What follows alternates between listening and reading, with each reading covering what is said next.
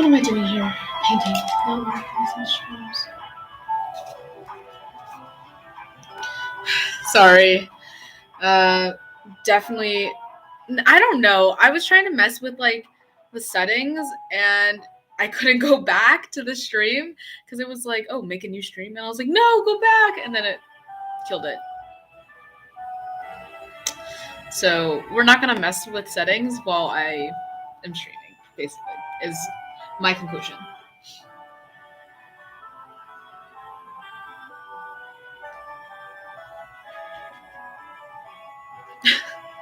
No, literally. YouTube was like, I cannot handle this right now.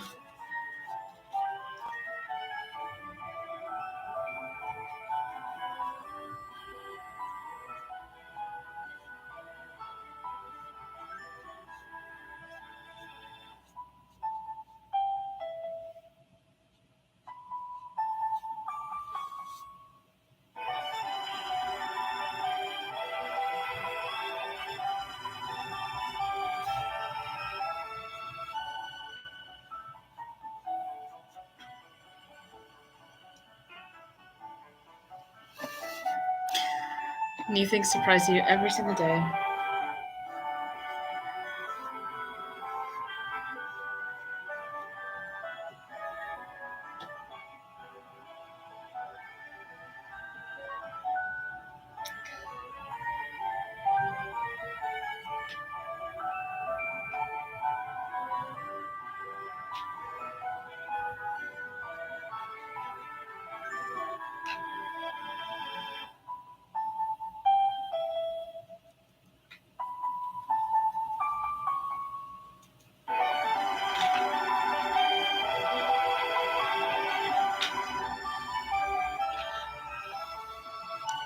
Hello, friends. Thank you for coming back.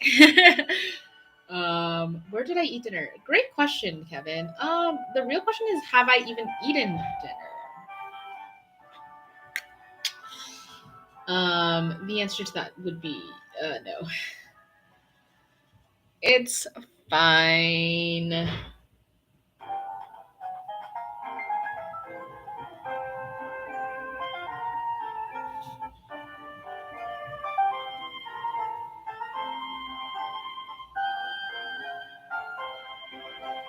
I will say it's nice that I don't always have work today. Should I have a profile pic? Sure, Kevin. Instead of your orange. Yeah, why don't you do that? Conversion. Peer pressure.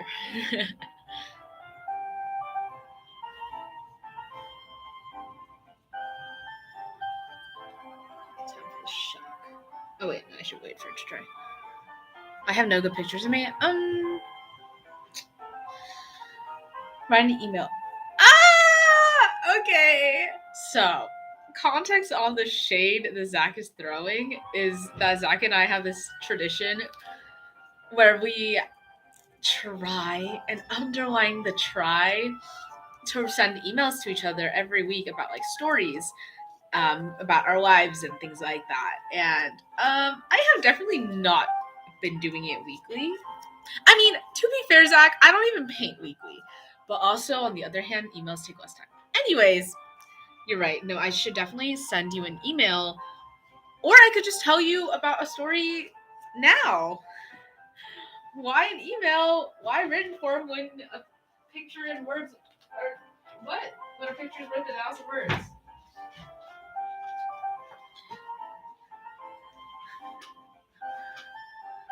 Okay, let's see. Story time. I got quite a few, being because my birthday was last week. A video's worth 1,000. Right? No, exactly. Yeah, I was gonna say, Kevin. I was like, I did not see any change. So it can be up to you. We can do birthday day 1, birthday day 2, or my volunteering and all the drama behind that.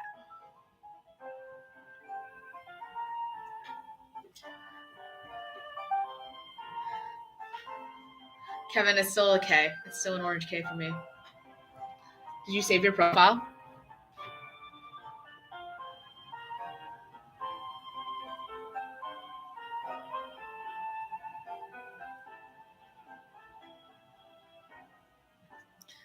and 20-second videos over 1,000.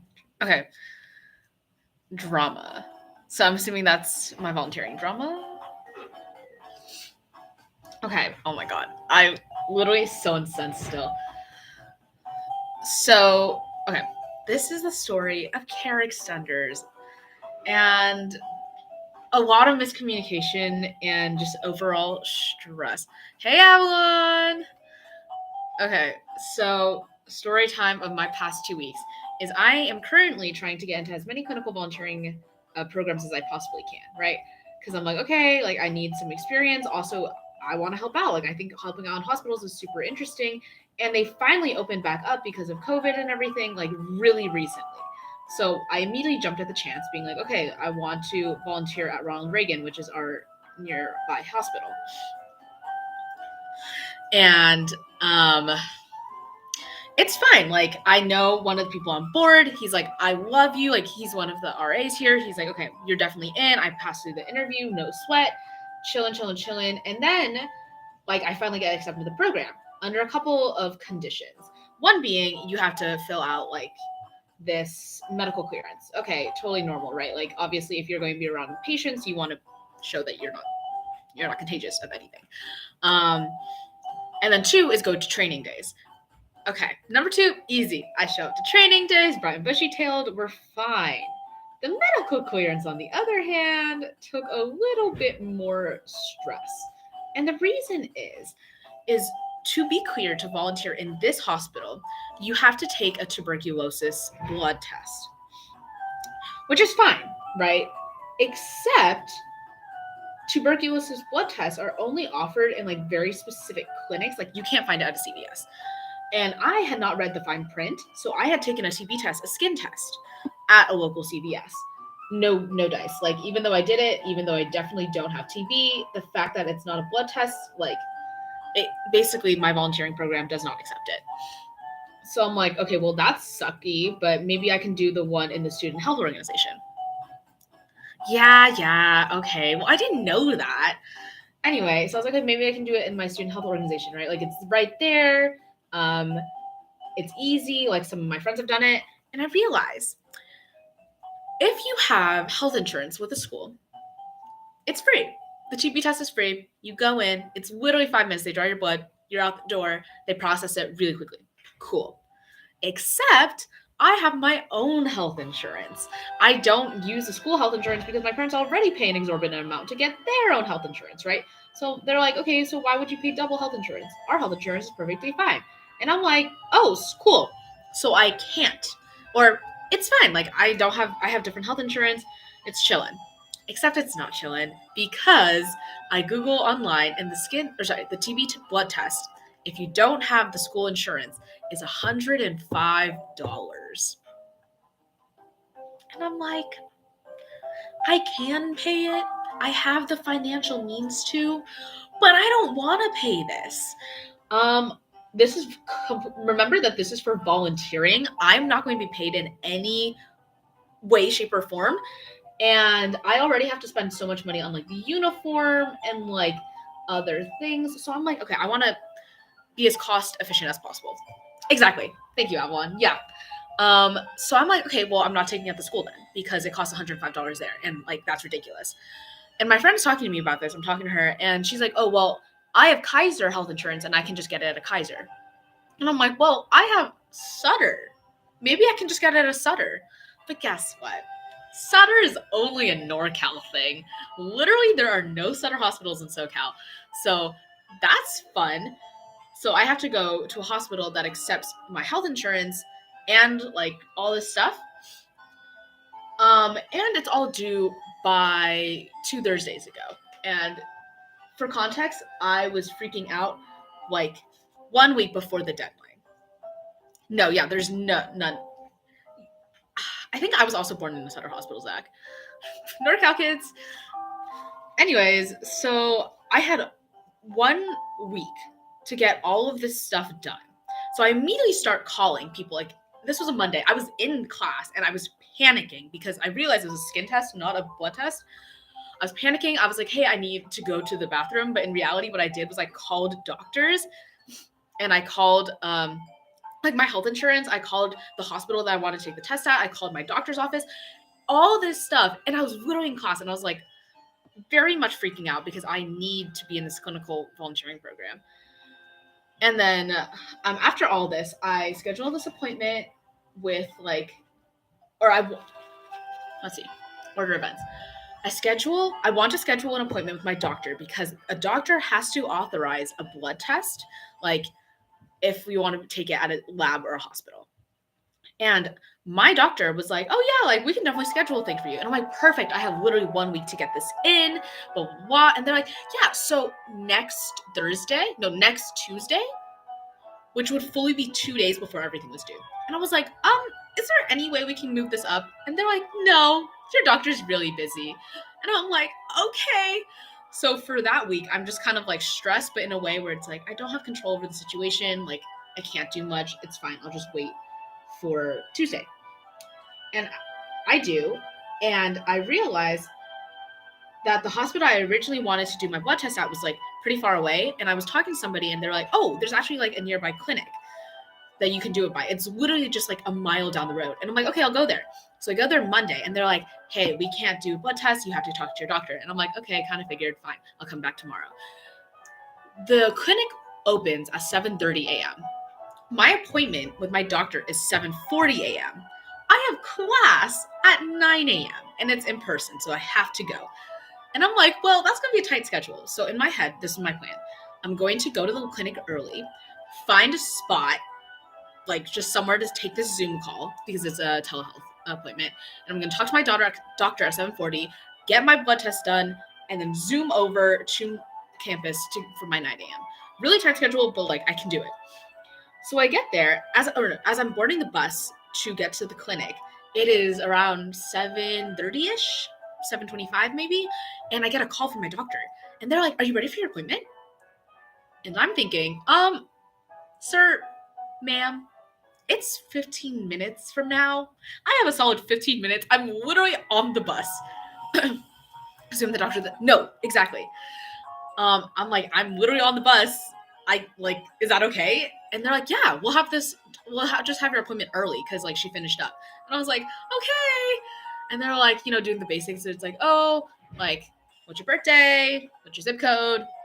Are you pregnant? And I'm like, in the bus. Luckily, there's only one other person in the bus, but they are directly in the seat in front of me. So they definitely heard all of my information. But I was like, no, I'm not pregnant, blah, blah, blah. And then finally, my doctor talks to me and she's like, so you want to get this blood test? And I'm like, yes. And she's like, okay, done. And I'm like, oh, so it took 2 minutes. Cool. Okay. And then I'm like, okay, so does this mean that I have like authorization to get this blood test immediately? And she's like, yeah. And I'm like today, like right now, as in I'm going to the lab currently. So if it takes more than like 10 minutes, I'm going to be kind of screwed. And she's like, oh no, yeah, it's going to be processed immediately. And I'm like, oh, cool. Because I'm on this phone call, I actually missed my bus stop. So I go to, I have to get off like a stop later, which is fine. It's not too far away. Like luckily buses are like that, but it's still kind of like, oof, almost missed it. But I managed to go into the lab clinic and the physician there is like, oh, I recognize you. You came in yesterday morning. And I was like, yeah, I did. But this time I have authorization from my doctor. Yay. And they're like, yay. So then they're like, okay, let me just look you up in the system. And they look up my name and they're like, nothing's there. And I'm like, what? I literally just got off the phone with my doctor and she told me that there'd be stuff like I could take this test immediately. And she's like, oh, maybe I'll just refresh it. Refreshes, nothing. And I'm like, oh, okay. And she's like, well, I have other patients right now, but like, I'll be here. You can wait here and we'll like figure this out. She's so sweet. Honestly, inspiring. And I'm like, okay, cool. It's fine. At this point, it is 7:50. Solidly when I if my doctor's appointment was 7:40, 7:50 is fine. Like it would be within the time I would do my appointment. So I phone the doctor's office and I'm like, okay, maybe I can talk to my doctor. Maybe she forgot to hit send on this authorization. And I try to, but she's fully busy, unreachable. Yes, I did do the awkward Caitlyn dance. Fully unreachable. And I'm like, okay, why is she unreachable? I'm literally like, this was supposed to be my appointment time. How is she with another person? Like, this is the time she set for me because it's fully still within my appointment time. So why isn't she here talking to me? And because it's Sutter, it's like a corporation. So I was talking to help, like the front desk people, like the health desk. So they're not doctors. Like they don't really know procedures. They can just connect you to things, but they're fully like, oh yeah, your doctor's not here right now. Like you can't talk to her, blah, blah, blah. And I'm freaking out because again, I have class at 9 and I'm on hold with my doctor's office for maybe another half hour. So it's like 8:20, 8:30-ish, and I'm freaking out. And then the physician who's at the lab is like, dude, like you have class at 9, because I had told her that. She's like, what happened? And I'm like, I don't know. Like, I'm trying to get in hold with my doctor. I can't do it. And she's like, give me the phone. So she gets the phone. She talks to the health lady. And honestly, I kind of feel bad for the help lady. I feel bad for the help lady because we were low-key terrorizing her. Like, we were all very, very sweet. But it was like, hey, is anyone here? Is anyone here kind of thing? So it was a little overwhelming. But eventually, the lab physician who knows the ins and outs of the system is like, okay, you know what? We don't need her doctor. We just need a nurse or a medical assistant. Can you find one? And she's like, okay. And then she runs off, tries to find a medical assistant, and she finds one. And then the lab physician is like, okay, like this is what we need. We need a TB test. Her doctor ordered it. It's fine. Aggressively sweet. Exactly that one. So then he's like, okay, cool. I'll fax over the confirmation. And my lab physician's like, no. Faxing?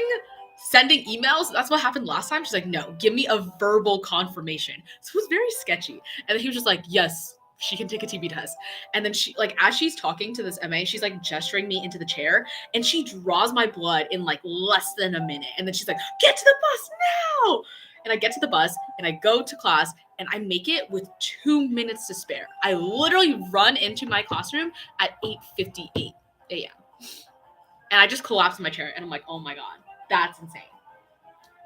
But I did get my TB test, right? Now it's just a waiting game. But I was fully the clinic that I was taking my blood test at would have taken at minimum 2 days to process. And my authorization was due in 2 days. So it was just what class? It was honors 86. It was a psychology of fear. So yeah, I wasn't even late, barely, except story's not done. In this class, I'm not really checking my phone, right? Because I'm like, okay, I'm in class. It's a seminar class. So you have to be engaged. And then I checked my phone at just randomly, maybe at class started at 9, maybe at 10:15, and I realized I have 6 missed calls from my doctor. And I'm whispering to my professor, hey, I have 6 missed calls from my doctor. Can I take it? It might be important. And he was like, yeah, of course. So I go into the hallway, I take the call, and I'm like, hello? You called me? And they're like, they also had left voicemails, and I listened to the voicemails, and the voicemails were basically hey, we need the fax number for the lab. And I'm in my head, well, I already got my TB test, so it's not going to help you, but sure. But that was one of the voicemails. Another totally different person was like, oh, we got the fax number. You don't have to worry about it. And I was like, okay, do I call them back? Do I not? I eventually called them back just to be safe. And then they're like, oh, do you have the fax number? And I'm like, yeah, I'll send it to you. And they're like, cool. So I sent it to them through the online portal or whatever, which is all fine and dandy until I literally maybe an hour later, I get another email through the portal being you missed your appointment, my 7:40 appointment. And I was like, I did not miss my appointment. My appointment was held early, lasted 5 minutes, and my doctor probably forgot to say that I went to this appointment. And it was you can't miss your appointment. You know how hard it is to schedule appointments. And I was just irritated, right? I'm like, oh my God, I literally did everything I was supposed to. This was completely not my fault. My doctor had it early. And I also got notifications that were oh, you didn't send us the fax number. Send us the fax number right now. And I'm I literally called you to send you the fax number, and I did give you the fax number. Literally, here are the receipts. It was just so annoying. But eventually, it was fine, even though because it's Sutter's a corporation, no one knew what was going on, so they had to keep confirming with me. It's it's fine. I don't care that much. Like as long as like I got my TB test, it's fine. Now I just have to wait. So I'm waiting, and it's on Thursday. Um, that's when like the minimum time it would be for the lab results to get back to me, and that was when everything was due for medical clearance. Otherwise, I'd be kicked out of the program. So I'm very nervous on Thursday. And it says on the portal for the lab results, oh, your doctor has your lab results. And I'm like, oh, okay. So I call my doctor again and put on hold for a very long time again. And I'm like, hey, so this says that you have my lab results. And they're like, no, we don't. And I'm like, what? They're like, well, your doctor literally just left and we don't have them. I'm sorry. And I'm crying at this point because I'm like, okay, I'm going to be dropped from this program. I hate this. Like, I'm dying. So I sent a frantic email, and it's like literally the most frantic, desperate email I've ever sent in my entire life to my volunteering place and be like, hey guys, like I'm really trying. I'm really trying to get this medical clearance in. Like literally like look at my like this is like the email exchanges. These are like my skin test that I took a while ago that prove I don't have I don't have TB, blah blah blah. I promise you it's coming in. And I'm just like at this point, this is the day before my birthday, so I'm like breaking down in front of like the grass in front of the lawn, in a very public space at this point. But my friend's like there to comfort me, which is super sweet.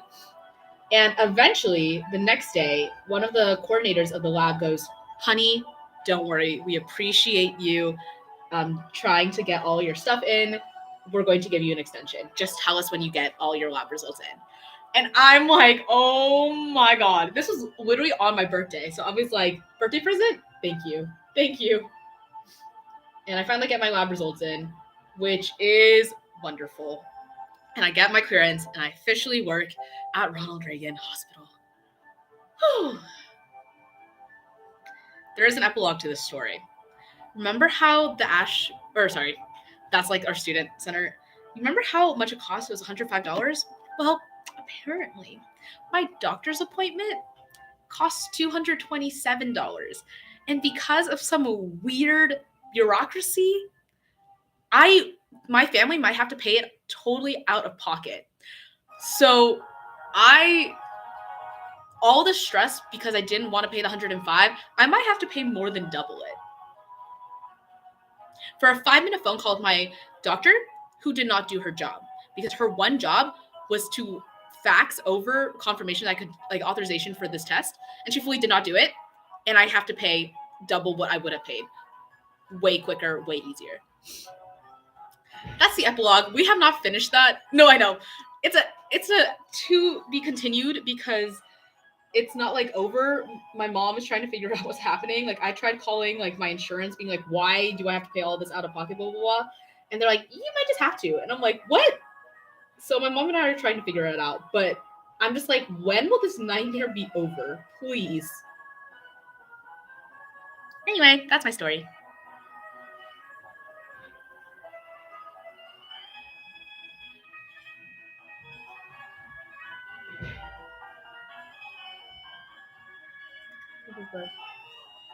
I have neglected my painting a little bit as I was very impassioned with telling you that story. So we're gonna do some painting here.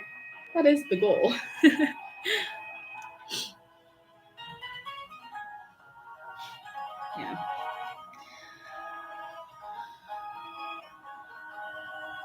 Yeah, what do you think, Zach? Do you think it lives up to the expectation of lots of drama and medical systems are awful? Like healthcare just sucks. It's so hard to do anything in it. Which is funny because I'm trying to go into healthcare, but whatever, we just don't talk about that. No, my mom literally heard this story and she was like, do you want to switch doctors? And I'm like, maybe.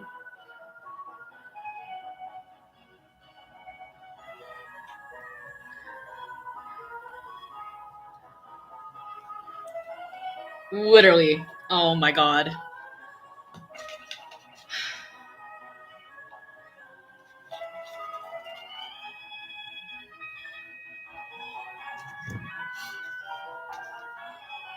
I'm so confused at the state of our country all the time, actually. Like, joke, but it's almost not joking at this point, where we are not going to live past like 50, just the way the world is going right now. Like, I don't believe it. And it's not like me being a pessimist. It's like literally just like I can't imagine like the way that people have so limited rights and like all the problems that our parents have we still have. Like, I'm so confused. How is that happening? I was at a medical conference and someone was like, the speaker was like, I've been, working so long to get universal health care, but I'm not going to see it in my lifetime. And honestly, you guys might not either.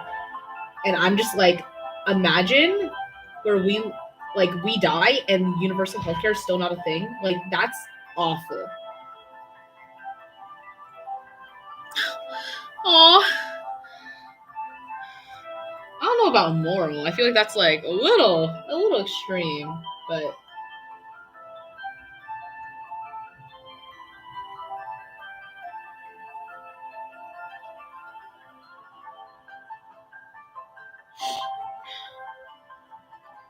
oh, I see what you're sorry. I understand what you're saying now. I did not understand what you're saying before. Yeah, no, yeah. I'm like, I hope that the world that we leave is better than the world we inhabit.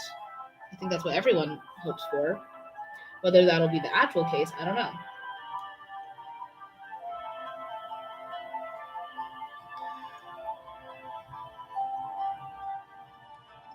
Let's just check out.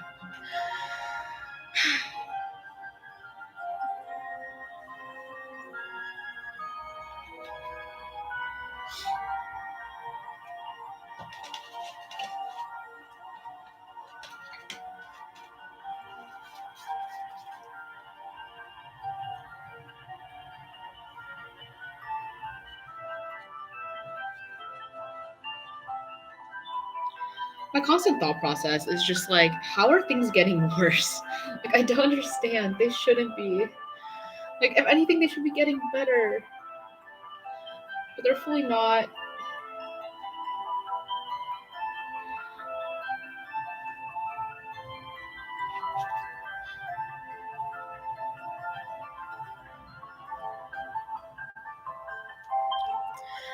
The theme of this month, I'm not going to tell you what the card is today. Not yet, at least. The theme of this month is Studio Ghibli. Here, I'll do a painting update in just a second. Let me just finish.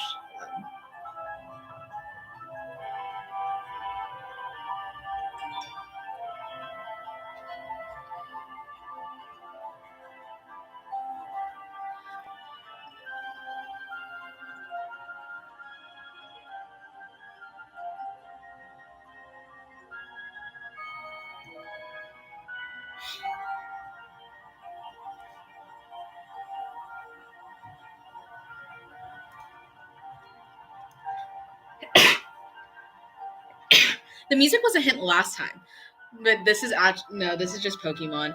This was recommended by my friend Kevin, who says he always listens to Pokemon lo-fi, which honestly it is a vibe, and like I like it a lot. So I'm very pleased. Thank you, Kevin. Almost time for an update.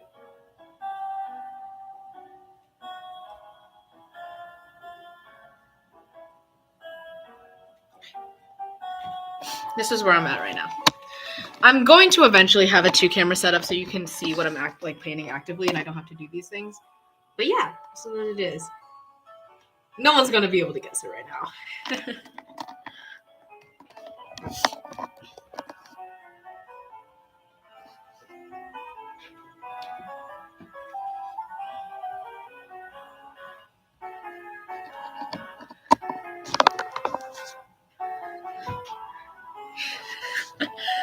Well, when Sophie and parents come up, I'm going to ask for my iPad because, like, technically I have one. It was gifted by my uncle, but I didn't think I was going to need it, so I was like, oh, I don't need it, so I'm not going to take it, But now I'm like, oh, maybe I should actually use it because it might be useful.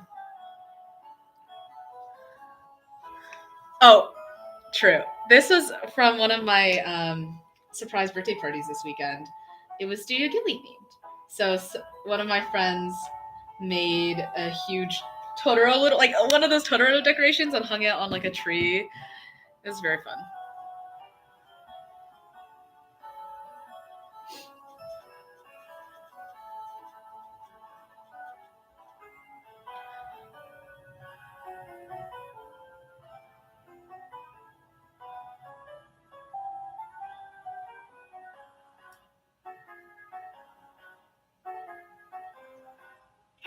Should definitely do some stems first. Oh well.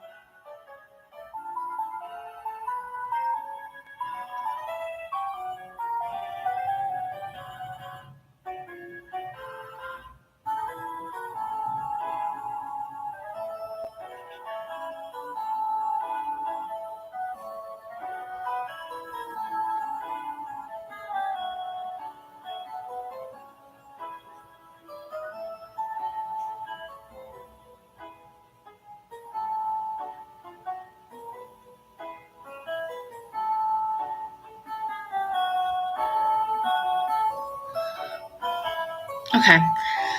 Goodbye, Kevin. Thanks you for coming.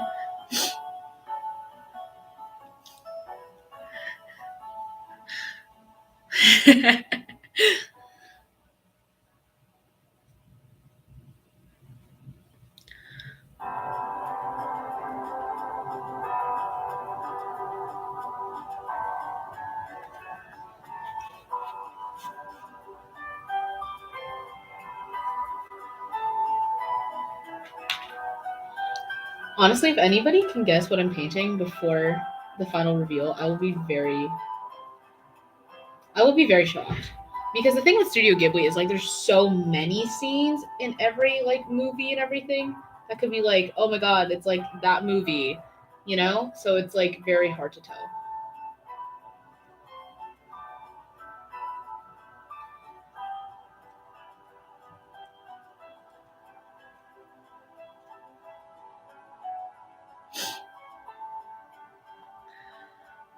Tell me something weird about my school.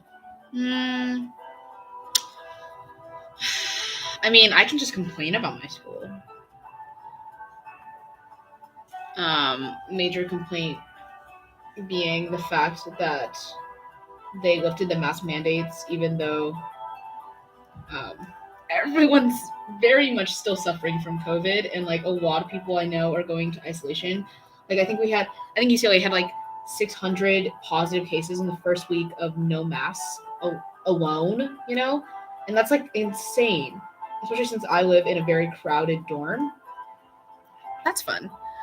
Um, Something like funny, I guess, about my school, or no, actually, what's really cool is we have this summit called the LA Bioscience Ecosystem Summit. No, like, yeah, we don't require masks, but we do require twice a week testing. And I'm like, okay, guys, okay. No, I don't do the midnight yell. We don't have to wear KN95s, but we do have to wear like surgical grade. Or no, it's recommended because again, mask mandates have been lifted. But something quirky, like fun, anyway, that I was talking about earlier was like there's this big bioscience summit, and normally it would cost $300 a ticket to attend, but for students, it's only $5. And I'm like so happy about that. I'm like, oh my gosh, like this is like potentially a once in a lifetime opportunity, and I get to go for essentially free, you know? And like, my friend's sister is literally flying out to go to this conference. So she asked, like, oh, can I pretend to be a student, you know, for the free ticket? But it's just like that's how big it is, and I am really blessed to be in an area where there's like a lot of things happening, and they're super cool, and I can be part of it for very low cost.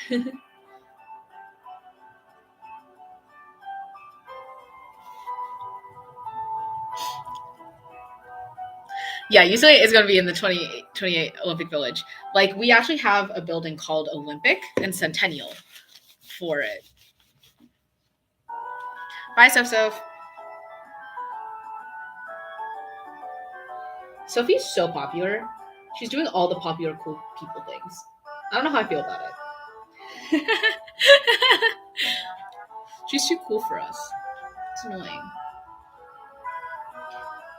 I thought my sister would be supposed to be with me forever.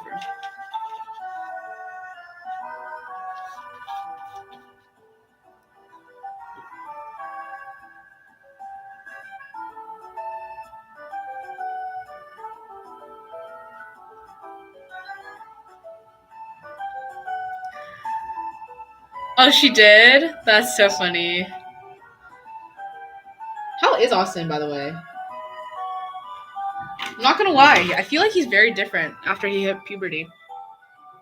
And it's not just because his voice changed. Now he doesn't even want to talk to me. Come on, man.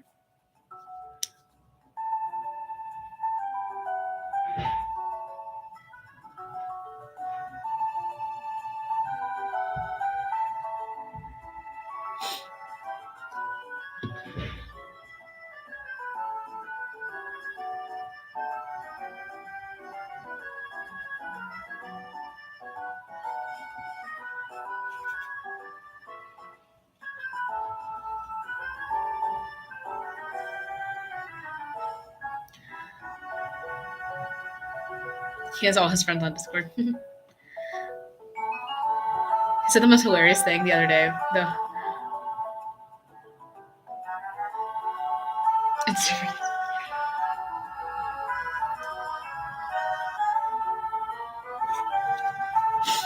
What did he say?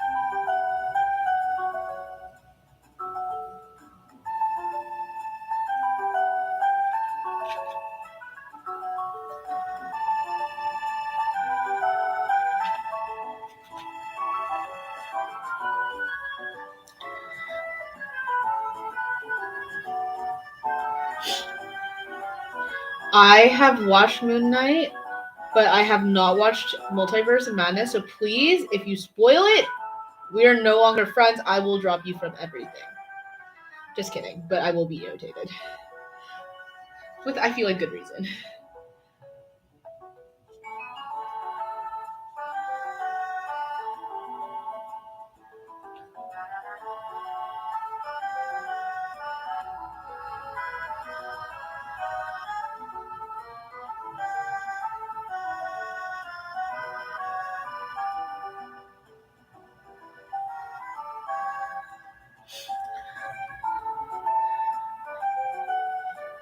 Okay, I'm still confused, Evelyn.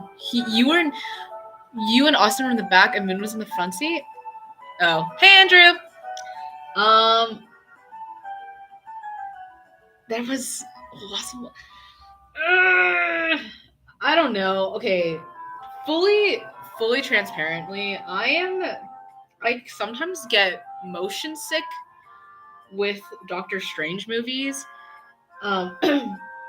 Just because it's like yeah, it spins around, like it's in 4D or whatever, and I'll have to take a break. Like I'll close my eyes to just like recenter myself because I'll feel like a little dizzy. But then if I, the more times I do that, the more I'm taken out of the experience, and then it's just like no, because I want to be in the experience.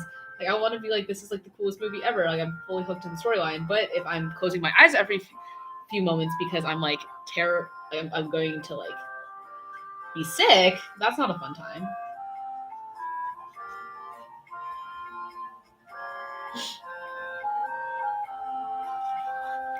Okay, because the trailer showed that it had a spinny thing.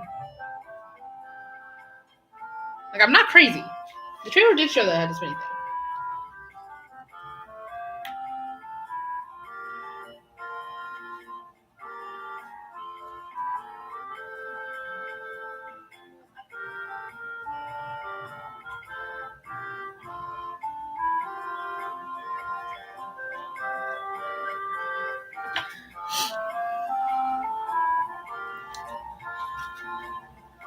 Honestly, when am I going to watch this movie? That's the real question.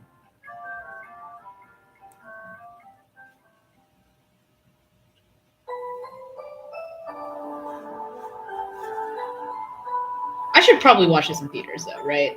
Like definitely beware the jump scare from it. Yeah, my friend CJ is literally was like, I was jumping all the time.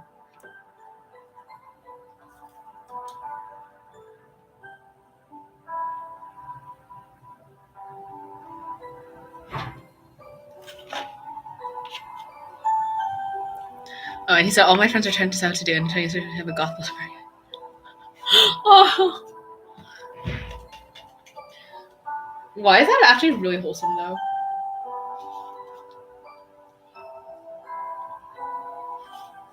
Build-A-Bear isn't Build-A-Bear expensive? At least that's what I remember from the Galleria Mall.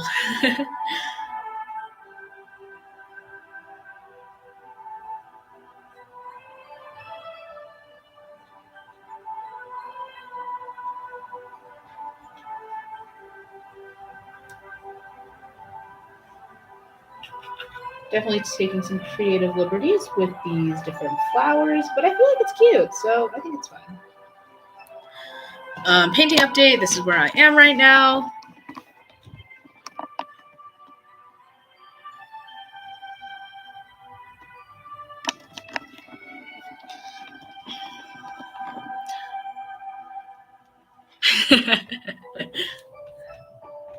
That's actually very funny. I think Zach, you're referring to Gothic, and if you're doing Gothic, then you'd be reading Frankenstein to them actually. So do your research.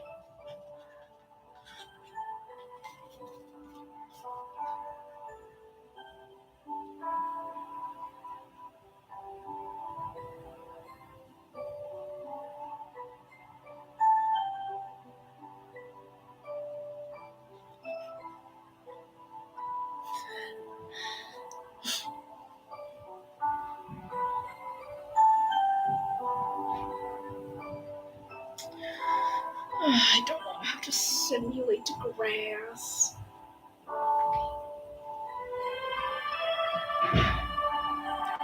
Okay, why do I actually love this playlist though?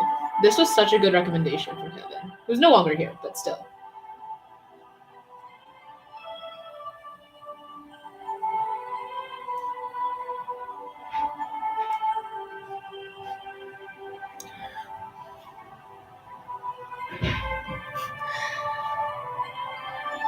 Oh, speaking of Gothic, actually, so I don't know if you guys have heard of a pretty unknown book called Dracula.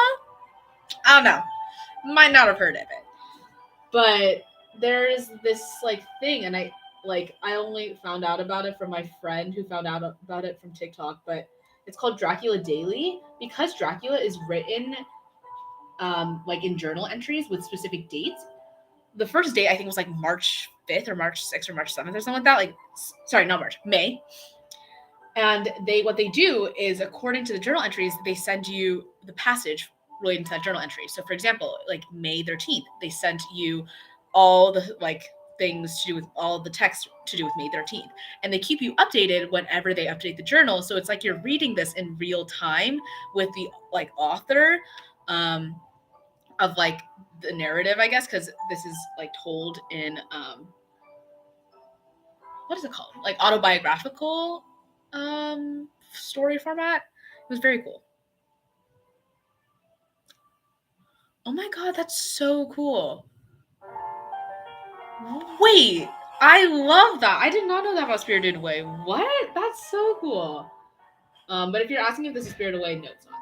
I did Spirited Away last week. Or last time I painted, I don't remember when that was.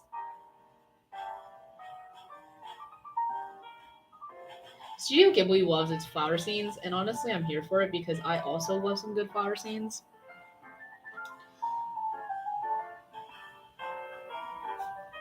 Even if they are extremely detailed, and I'm like, bro, I am not a paid animator, nor do I have the talent that Studio Ghibli artists do.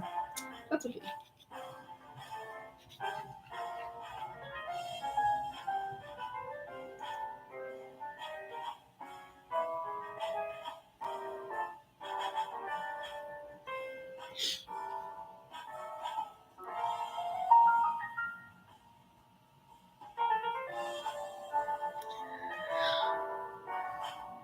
was like, it's not Friday. Yeah, it wasn't last Friday the 13th. No, is that the only Friday the 13th this year? I think I read something about that.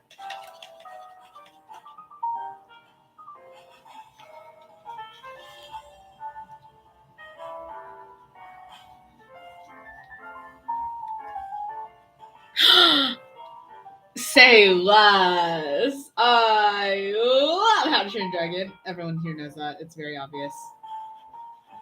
You need to talk to me for half a second. You'll know that pretty quickly. I probably shouldn't do these trees, but oh well.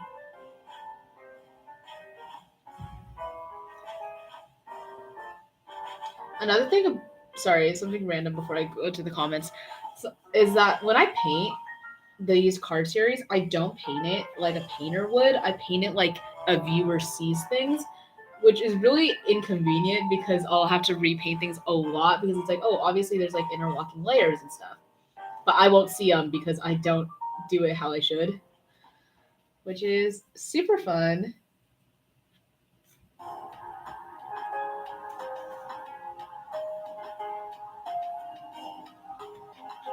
Okay. Oh yeah, I have my other. Yeah, obsession. This is my permanent home for the painting. Is up there. Actually, my toothless pillow pet is with my friend CJ currently. It's in their dorm room. It says they say it brings them comfort.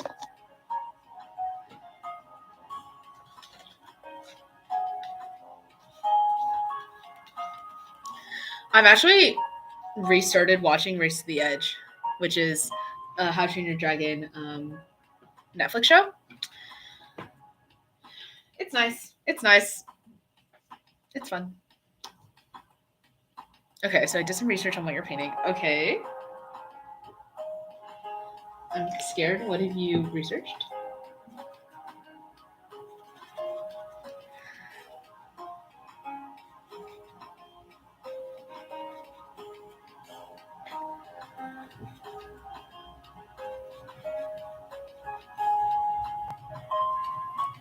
Also, I think it's funny because it says that 2 people are viewing this stream, but I'm pretty sure there's more. I'm guessing it's the scene of the girl painting in The Wind Rises. Interesting guess. I will say all of my my paintings never have characters in them. And some of them are like more obscure than others. I think this one's a pretty obscure one, I'm not gonna lie.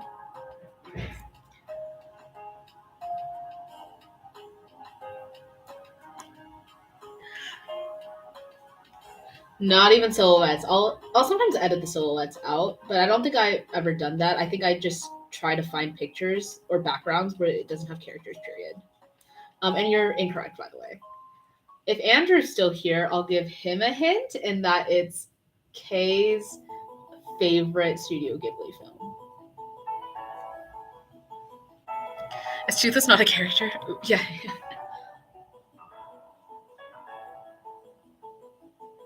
Yeah, I'm saving How to Train Your Dragon for actually, I'm not gonna tell you guys. I am saving it for something. Okay, Andrew got it.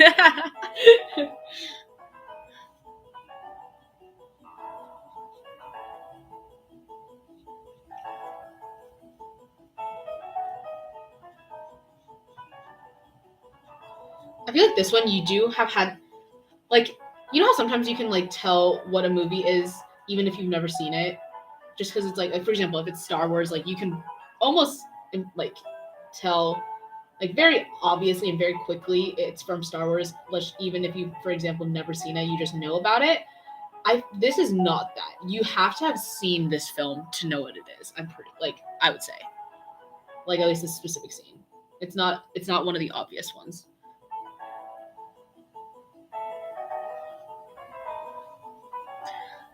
Last time I did.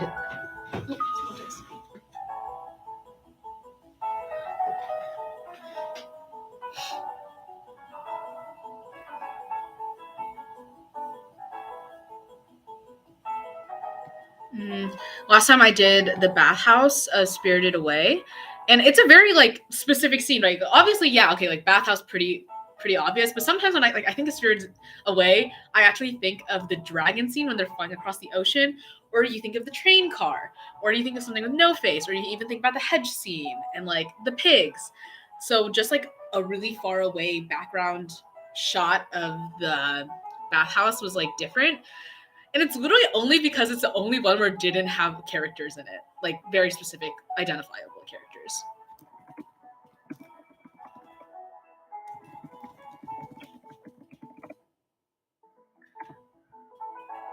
Okay. Bye, Alan. The train car is so great. Yeah. Okay. Actually, this is such a good question because I feel like this was kind of a fever dream in my elementary school. But did you guys ever do the project where you had to write a short story about like the stories of Harris Burdick?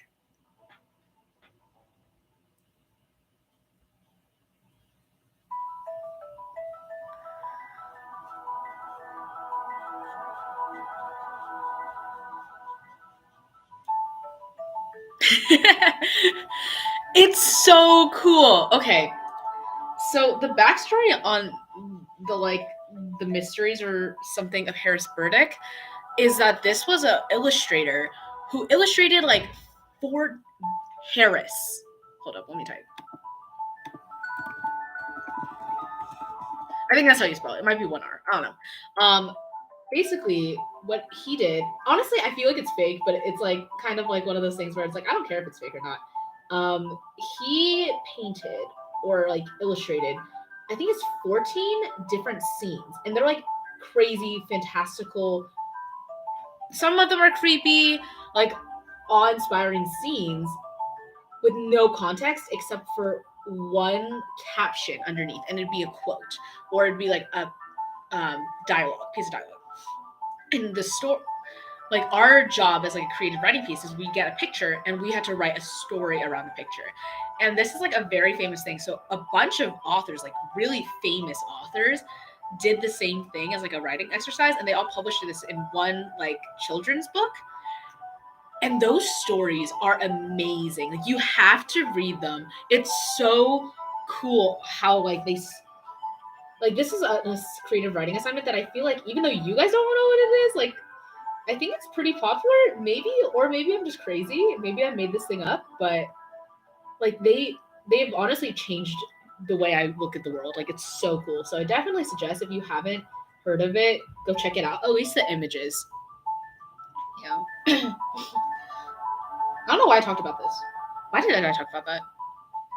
Oh, train car, I think. Yeah. I don't know. There's a couple of like really thought provoking ones, and I honestly think it would some of the stories would make really cool Studio Ghibli like shorts or something, like short stories.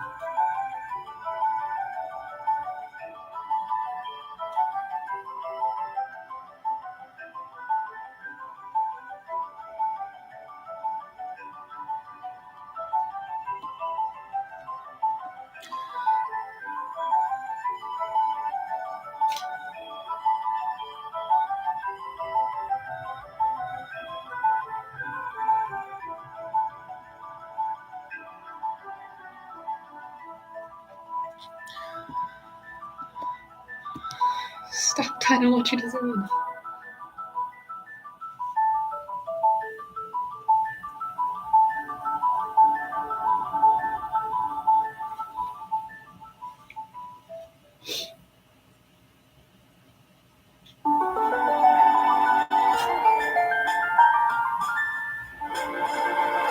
Why does it sound like Zelda though?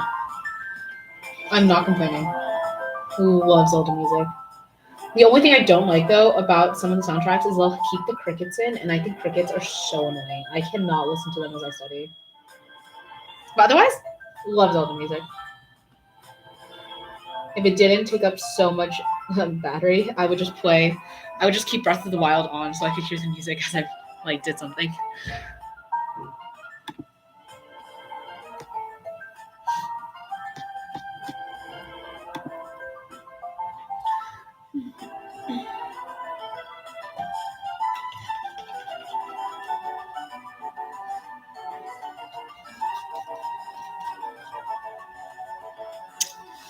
Oh, I definitely should have done the sky. Oh, I can do the sky now. I'll do the trees.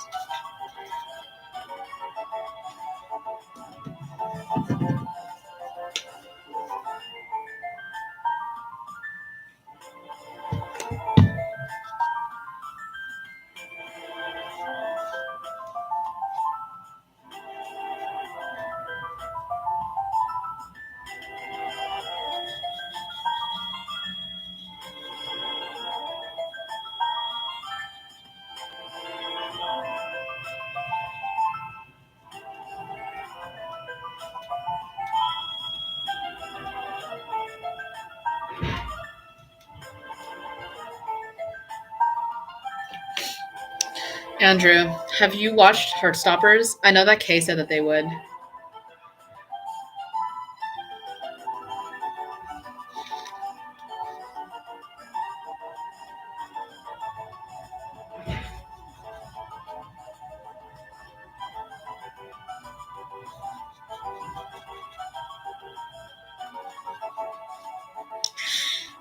It's so good. You guys should watch it together. 100%. It will. Oh my god, it's so good.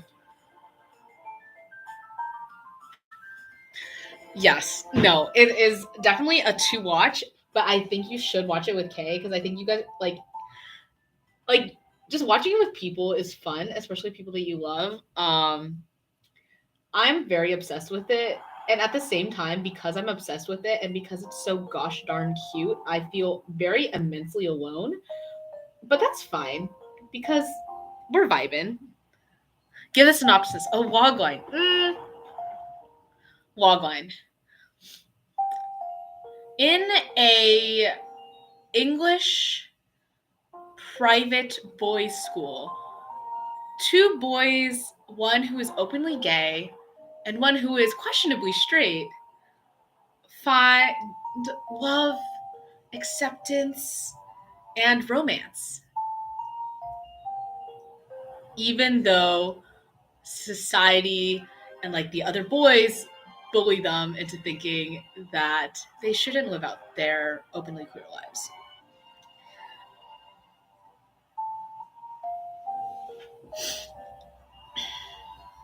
It is so cute. I'm dying. A lot of the actors are new actors, and you literally could not tell because of how well they act. It's just really heartwarming. It has 100% reviews on Rotten Tomatoes. It is my new obsession, and it's not a healthy one because like after I binged this show, and I literally finished it within one night, and I was definitely not supposed to do that because I had to wake up early the next day, but it's fine.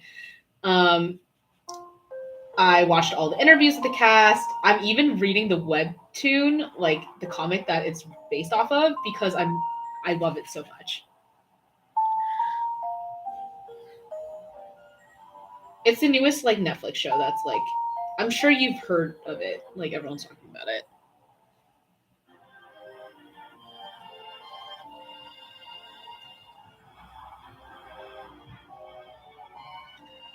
Do you like it, Zach? Do you like the show?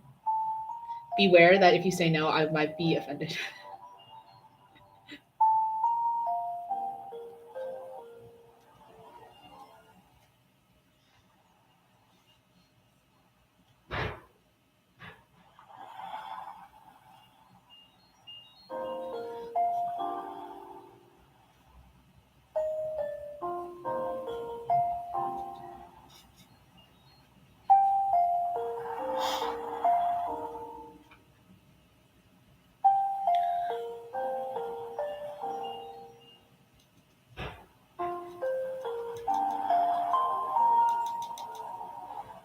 Random thing. Oh, I remember. I painted something and I was just like, why did I paint that? I have no idea why I did that. I remember now.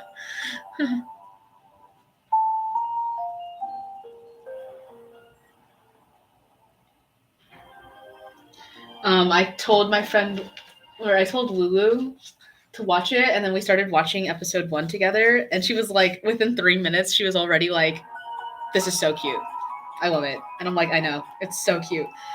And I told CJ expressly not to watch it because it will make them feel very sad, and like, because like it's such a good story, they're gonna be sad that they can't experience their own very good story at the moment. Like, it definitely makes me very happy for the characters, but also very sad about myself.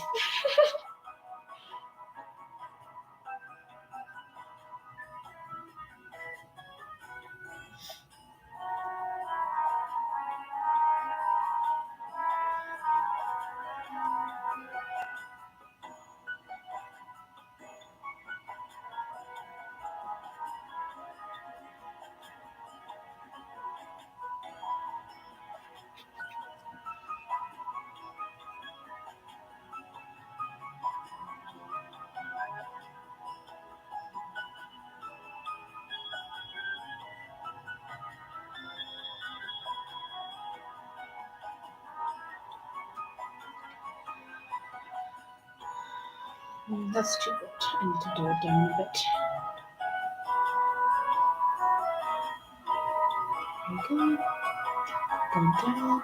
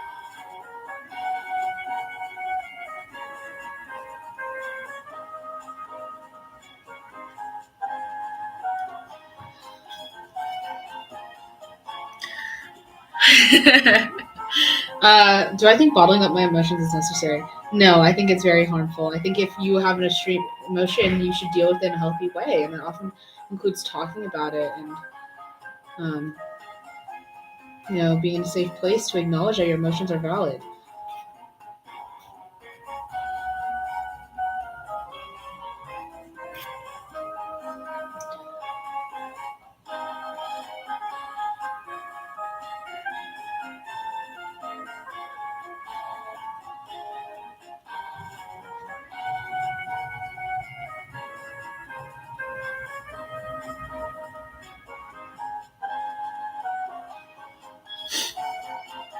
Oh yeah, I'm a very wear your heart out on your sleeve person. Probably a little too much so. Um,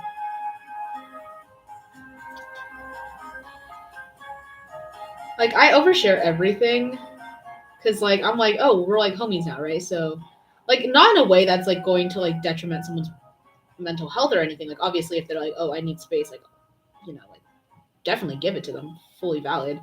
But if it's like, I consider myself like one of those people who it's like, oh, if I'm a close friend of you, like, we like talk about how we're feeling, and like we can open up to each other in that way. I know some people don't think like you need to open up emotionally to friends to be considered close, but I definitely am. Like, if we can't even talk about our feelings, then we are not close. I always let people know how I'm feeling. I don't know. If someone asks, I'll be honest with them. And like my more positive emotions, I definitely am very exuberant. Like when I'm like, oh my god, hot Heartstoppers, you need to watch. Like I will prattle on for years. But like, the sad ones, like I will also delve into them, but I honestly just try not to like focus on them at all, even like if it's just myself, because I'm like I'm just too busy to focus on them, so I don't.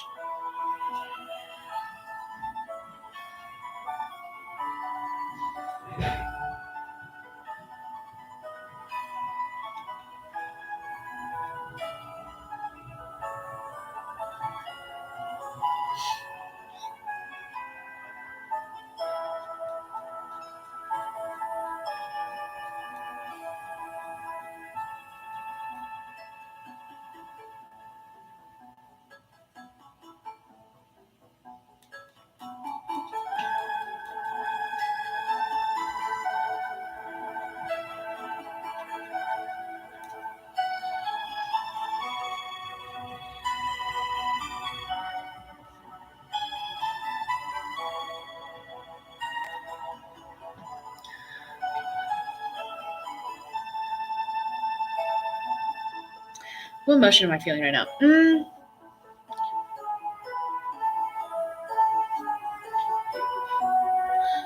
you think looking at a source of positive emotions would trick you into feeling better? I don't think so. At least personally for me, like I know the different words for happiness, but it's more of the words in between that I think are more useful.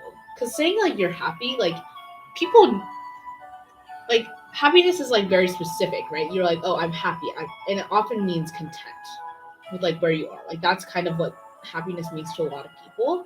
It's more of the emotions in between where you're like, I'm not quite content, I'm not quite happy, but I'm also not sad. Like I think apathy is a very interesting emotion, or like restlessness. I feel restless a lot, and like having more words to do with those like quote unquote neutral emotions would be pretty helpful, I think. But I definitely think language affects how we experience emotion.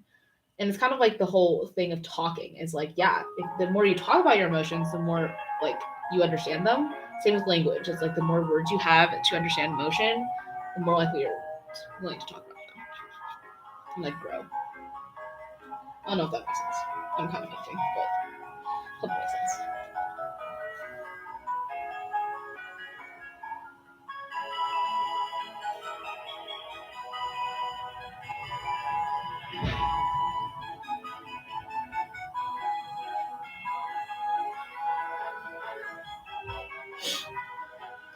Also, to your first question of how am I feeling right now, I'm feeling.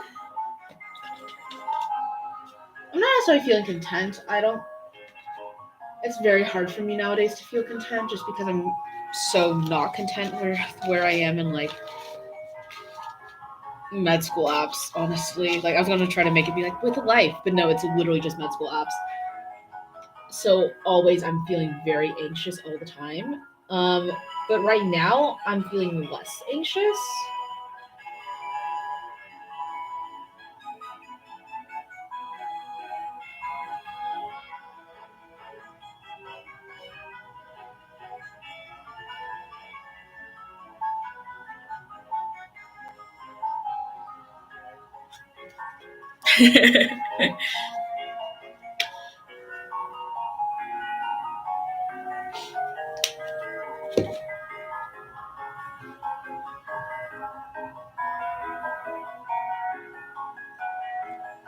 I mean, like the whole thing was like to help with my anxiety and like taking time for self care. Like that's the whole reason why I started this project. Even well, no, the whole reason was because I wanted to do it. I thought it was cool, but I have two finals before summer, and I feel great. I would describe my feelings in song. Okay, what song would you describe your feelings in?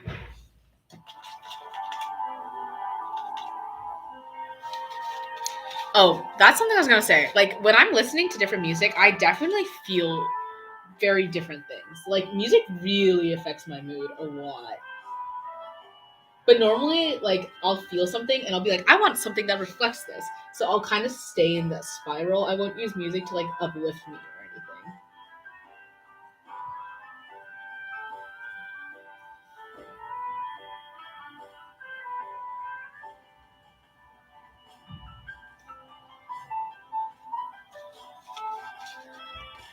Oh, not Top of the World by Green Fire. Green Fire.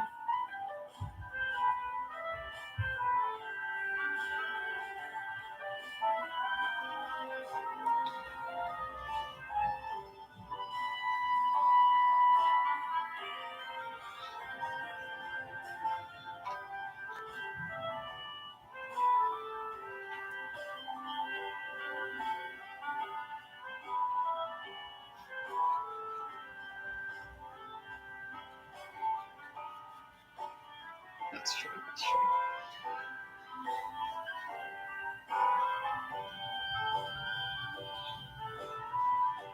The song that I'm feeling right now.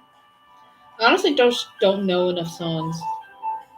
I mean, my joke is that there's a Taylor Swift song for every single mood you're feeling, and like that joke is kind of reality. Let's be honest here. Like she's written so many songs, um, but I don't know what Taylor Swift song I'm feeling right now.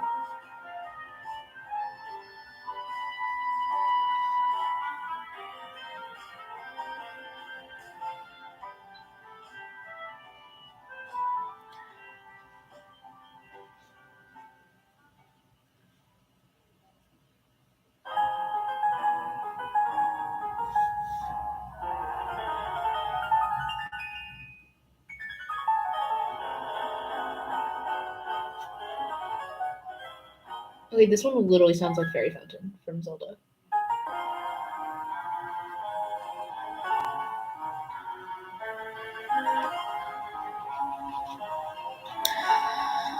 I have to make these windows. Windows.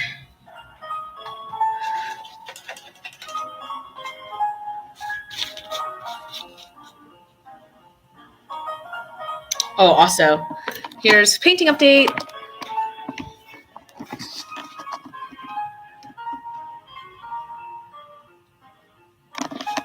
Do you know where it's from, Zach?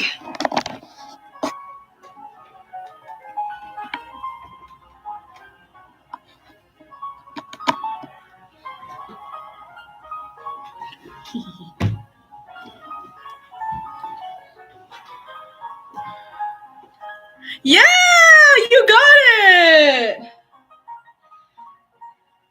It's the house, huh? I'm currently doing the house and the vines and everything. Do you think this would be like a pretty um obvious scenery? Because I feel like most people don't like when they think of Kiki, they think of the seaside town, they think of like the blimp, or they'll think even about her own like place where she lives for the majority of the movie. I feel like maybe they wouldn't think about like the woman's house. I don't know what her name was. I forgot.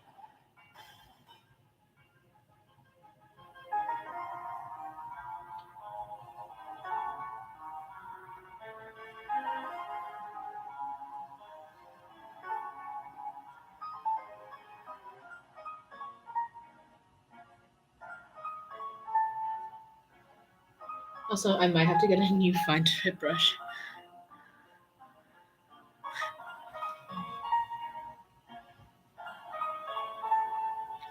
Kiki's is great. I actually avoided watching Kiki for a while. Um, I don't know why.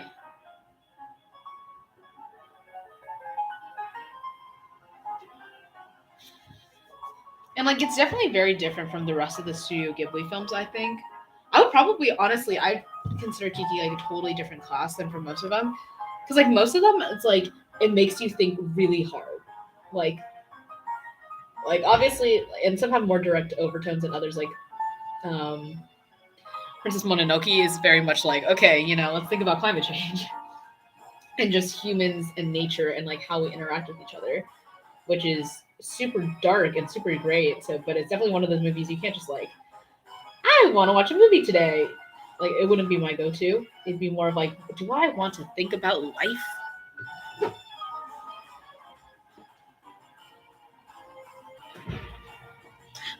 Kiki's, I think, it is one of those things where it's like I just want to watch a feel-good movie, and you would watch it. And I feel like Studio Ghibli doesn't have those a lot.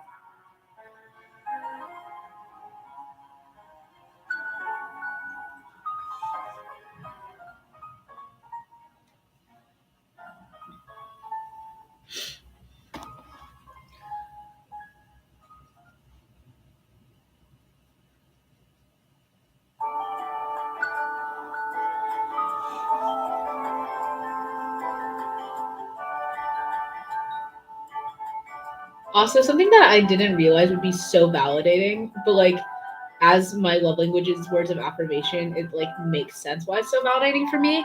Is when people will just be like, "I love your card paintings. Like, keep doing them. I love them so much." Because like in my head, people like and I don't blame them. It's like they'll swipe through stories. Yeah, okay, like makes sense.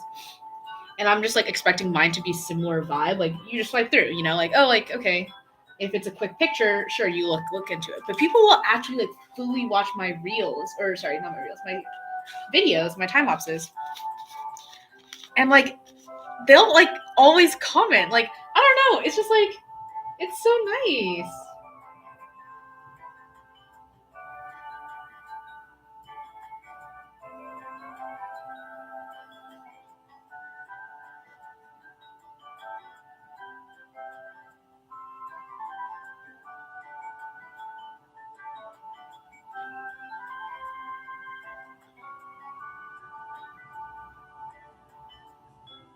Oh yeah, I definitely need a new flat tip.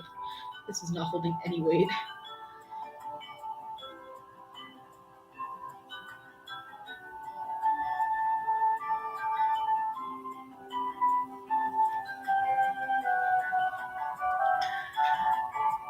Aww. What would you guys say your top two love languages are?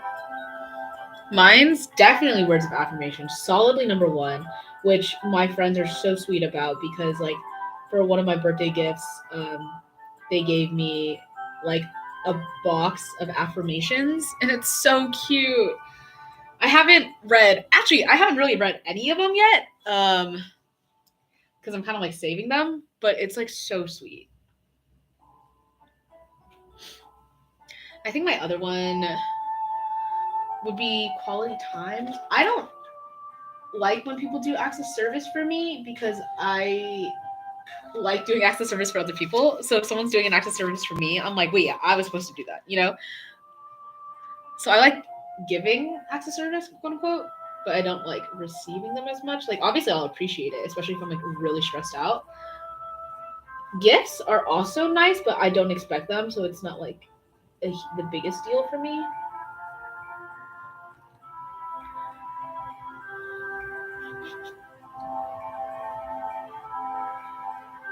What's the other one? Okay. If someone acts in service for me, I feel weirdly violated. I kind of get what you mean. It's like I was supposed to do that. Like, why did you take over my job?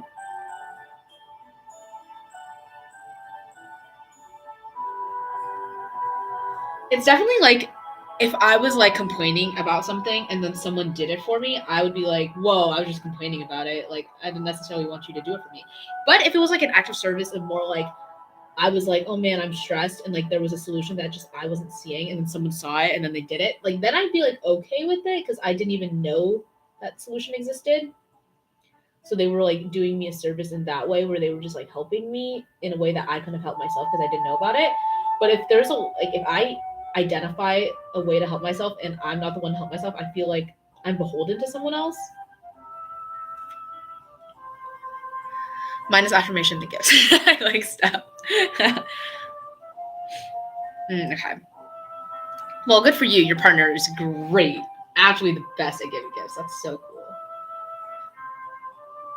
My gift giving is definitely more of an act or affirmation style. For example, like a lot of the gifts I'll give people are like it'll be like paintings or something. Like obviously, like technically that's a gift, but it's more of like an act in a way. Or I'll be like, oh, it'll be no, honestly, it'll be cards, and it'll be like really like beautifully done cards, and then it'll be like, okay, so that's like that's affirmation, yeah.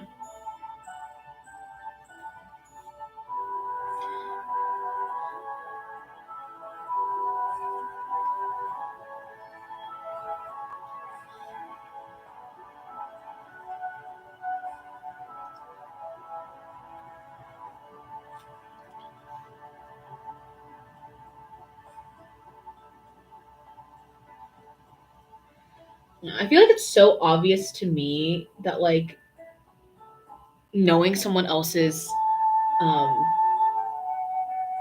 love language is really important in a relationship. Like any type of relationship doesn't have to be romantic. Just like knowing how people want to be treated is just really important. So it boggles my mind when some people don't even think about that at all, or someone will be like, "This is clearly my, um, this is clearly the way I want to receive love," and they will ignore that. And I'm like, dude, how can you do that? Like, does that not make you feel like weird and like awful kind of thing? Because it's like, I don't know. For example, if your partner is like, I want you to compliment me, and you don't, like, what? It's kind of weird. I feel like it's like, yeah, it might not be the way you show love, but if they want love to be shown that way, shouldn't you want to try?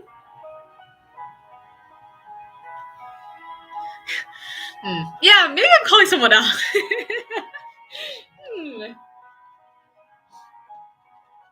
Speaking of which, said person I may or may not be calling out continues to be a problematic person today, which is really annoying.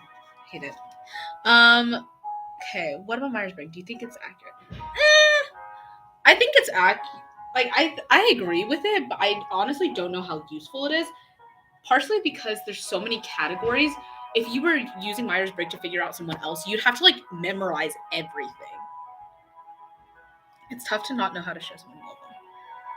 Thank you, Zach. Okay, you're also really good at also like, I mean, I think you're pretty good, at least according to your posts about showing love to your partner. So some people are just better at it than others, and like I have to accept that, but also I don't want to accept that because why? Why can't you get better at it? Why can't you learn? Why can't you improve yourself? Why don't you want to improve yourself?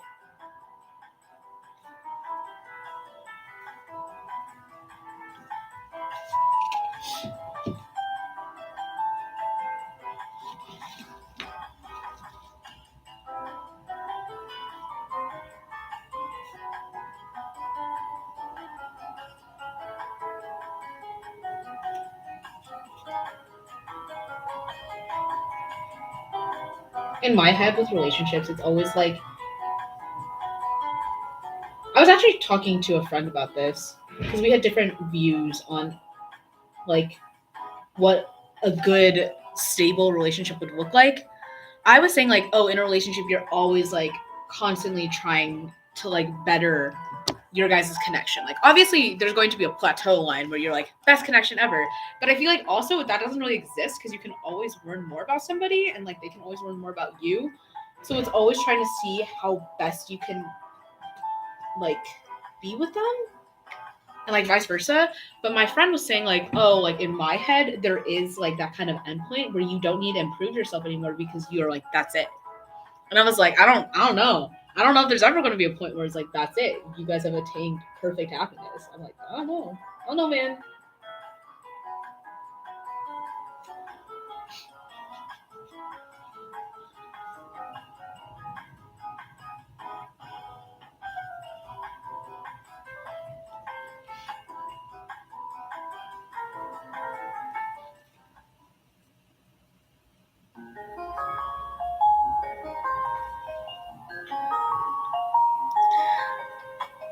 Kind of naive about like that perfect endpoint. Yeah, I would agree. Which is funny because like we were talking about in terms of relationships, and like I've been in one relationship that lasted less than a week, so it's not like I'm an authority on it.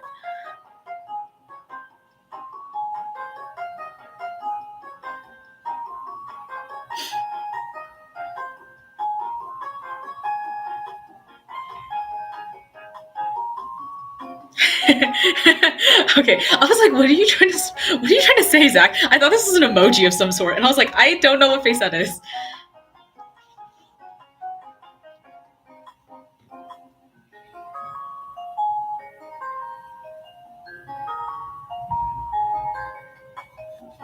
Honestly, if anything, I was going to attribute it to them being a youngest child, like my friend I was talking to, because I was like, dude, I'm an oldest child. I've known my sisters for all their lives, so okay. Okay, that is an ARE. No, ART. Art.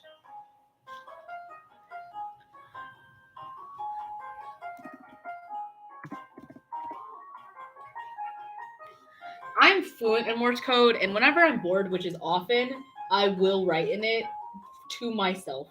Actually, funny story. When I was in when did I take pre-calc? Ninth grade. I would be bored because I didn't really know anyone in the class since I was like pretty advanced. So there was no one my age. I didn't really know many people. I would take my glow in the dark watch and I would Morse code the sky. I don't know why. Oh, picking up Kate from the airport. Yay! Okay, tell them I love them and I can't wait for them to be back home. Bye bye. Yeah. But Zach, I would literally Morse code the sky. It was so funny. When my sister found that out, she literally laughed her head off. She's like, "Why are you so late?" And I'm like, "Natalie, be quiet. I know I'm late. You don't have to tell me this."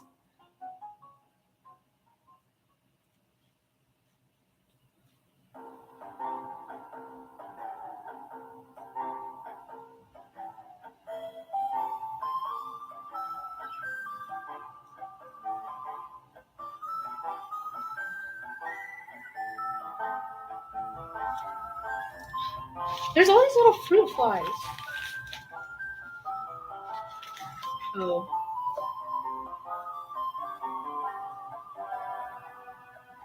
That'd be problematic.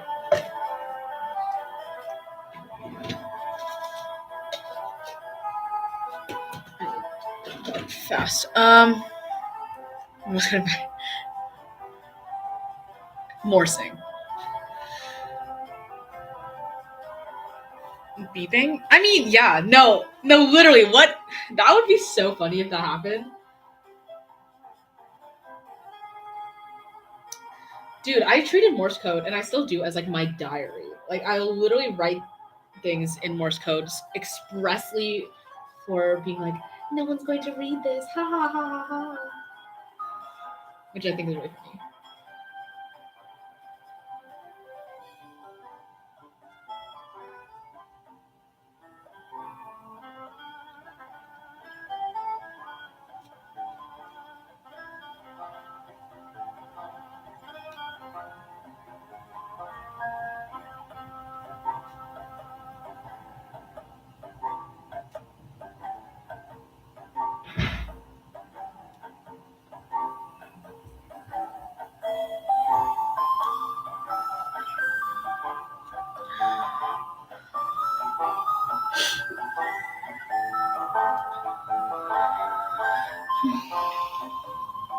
What about you? Do you find yourself learning and growing now that you're in a relationship?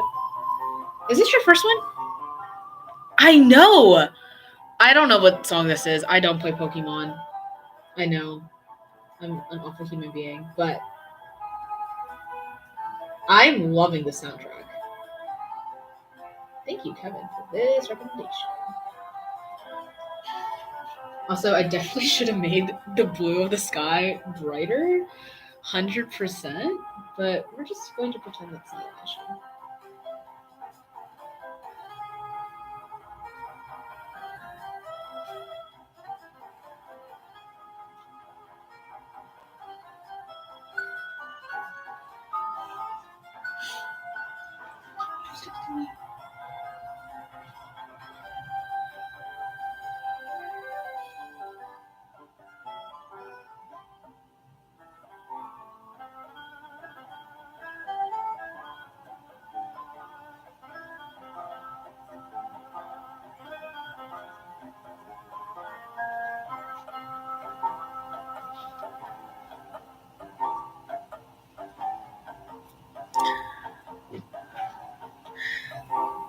I'm sorry about your bad first relationship.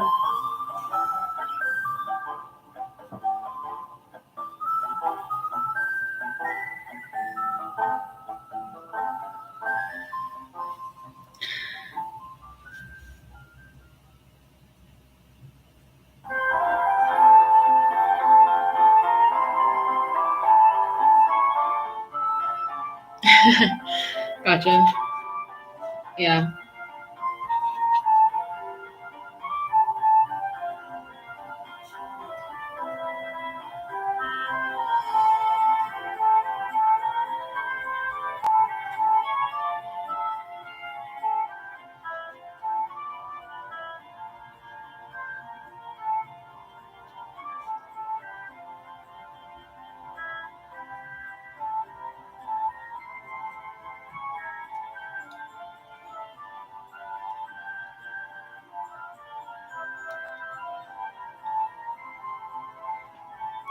That is so exciting, Zach. You celebrated 6 months. Oh my god. I'm literally so overjoyed for you.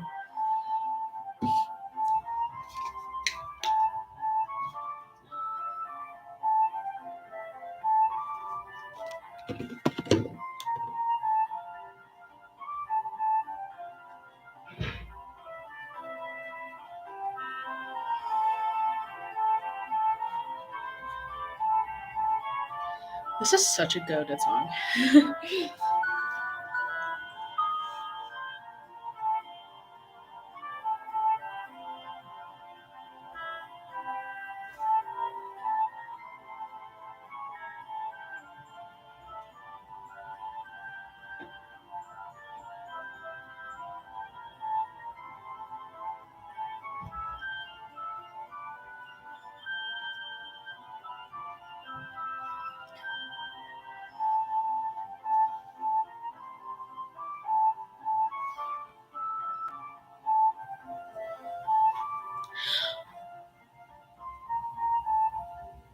Mm, okay, it's because we're friends with a lot of Mormon people. I'm not gonna lie, and you're right. Everyone's getting married. Did you see Tiffany Stewart? Are you going to her wedding? Natalie and I have actually considered like whether we're going or not. Like it was crazy. And actually, my sister and I made a bet where we were like, okay, who's going to get invited, like officially invited to a wedding first, you or me? And it was so funny.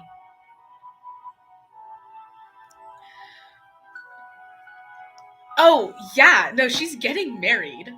I don't know where, but she is fully getting married, and I'm just like, this is crazy, y'all. This is actually crazy. And like, Natalie and I were joking that like if like of our Mormon friends, the person we are closest to is Tiffany, so that'd be like the closest invite. And then we're like, wait, she actually is getting married though. Are we actually going to this? It was so funny. Yeah, check her Instagram or Facebook, dude.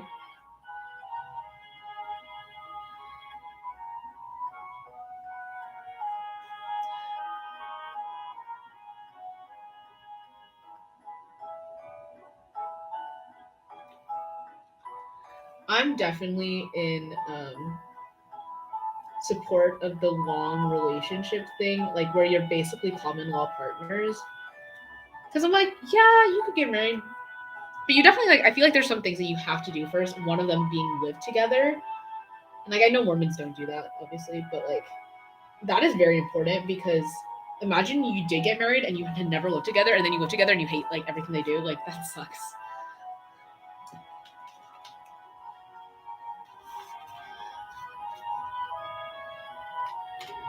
Because also, I feel like you want to be happy in like your marriage and not have to worry about like all those minor like what ifs. I'm very much if.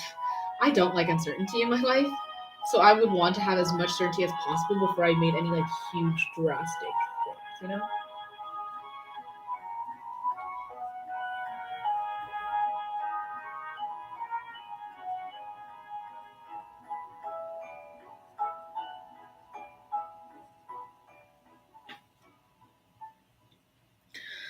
Maybe that's just me.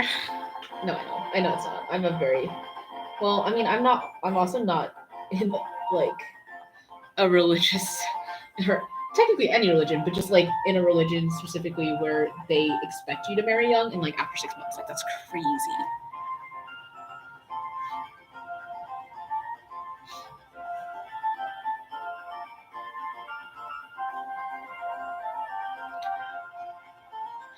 Yeah, I agree. Like divorce is just like one of those things you don't want to have to ever do. Um, so it's just like an extra year or two of certainty versus like the whole like especially if you have a family, it's like really it can get really messy sometimes. Like I just want to avoid all that. Like obviously people get married not thinking that they're going to get a divorce. Like that's pretty obvious, but just the extra level of certainty.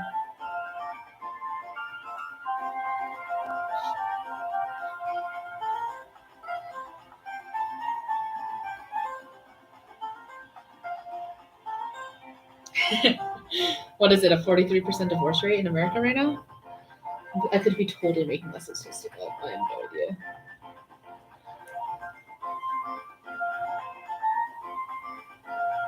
Yeah, no, but like I think part of the reason why I was a little sad about my first relationship being very short is like I always thought that whoever I ended up like eventually dating, because I had not wanted to date ever. You know, I'd never been like the urge to date or to find someone.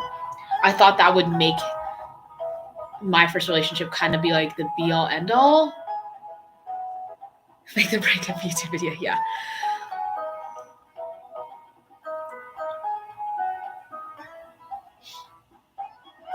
Like I wanted my relationship to last.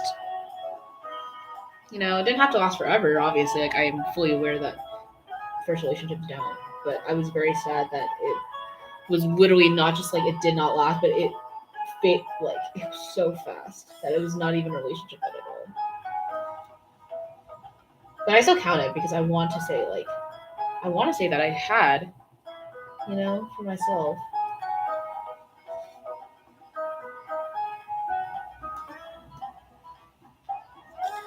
Farmers, podiatrists, clergy. Clergy, I feel like it's because it's like they can't. Agricultural engineers. Tell me doctors. Tell me what the divorce rate of doctors is, please.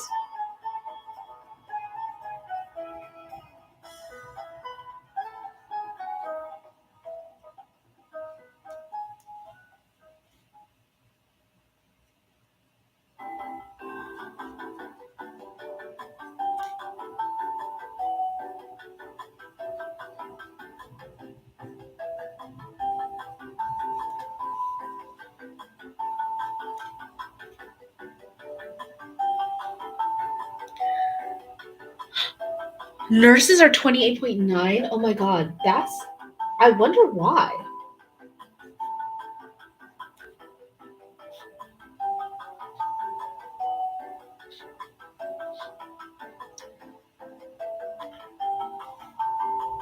Also, I kind of want to see how this like changes like due to gender, because it's like I want to see if like the percent rates of female doctors divorcing versus males doctors divorcing are like different.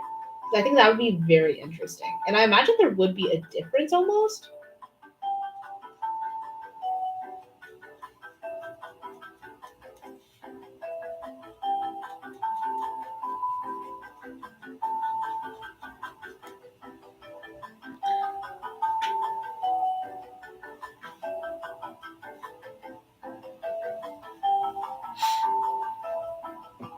What about math teachers, Zach?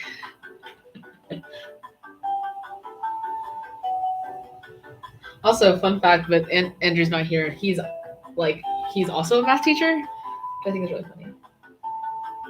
Actually, all three of the guys who are on stream, you, Kevin, and Andrew, have been math people. That's so funny.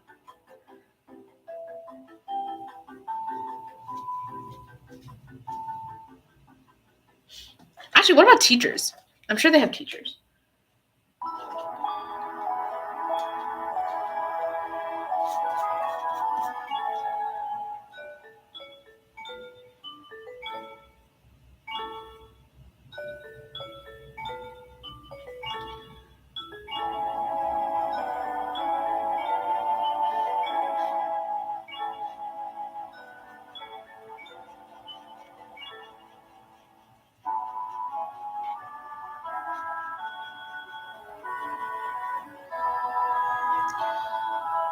I think something also that I think about is like, cause I fully believe in like I never would do online. Like in my head, there is a way that I should meet somebody that was going to be like mine for the rest of my life, and it wouldn't be appearance based, which is like kind of like the whole gist with online. And like, there's nothing wrong with that. It just wouldn't work for me.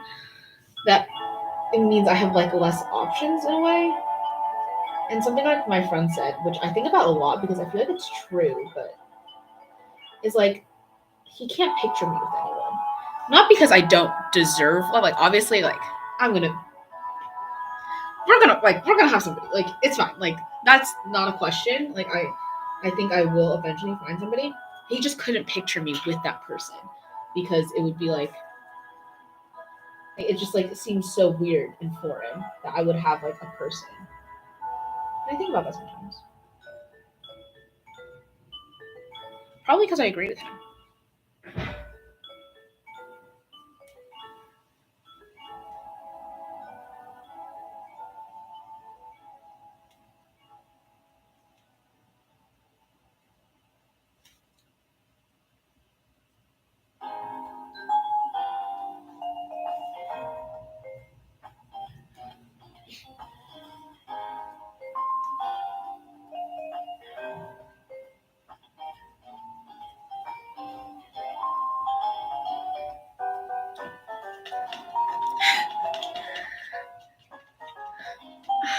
I know. Okay, but that'd be iconic. I would read a fanfiction about that. Um, it's because Tinder,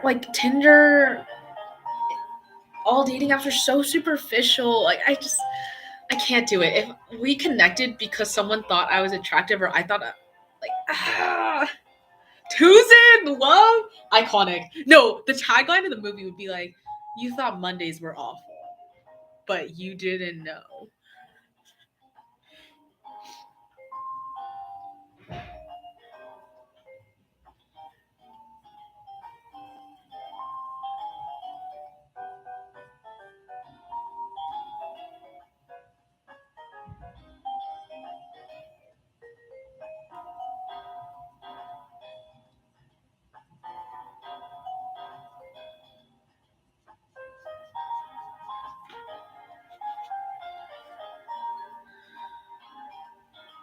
Okay, bye, Zach. Thank you for joining me.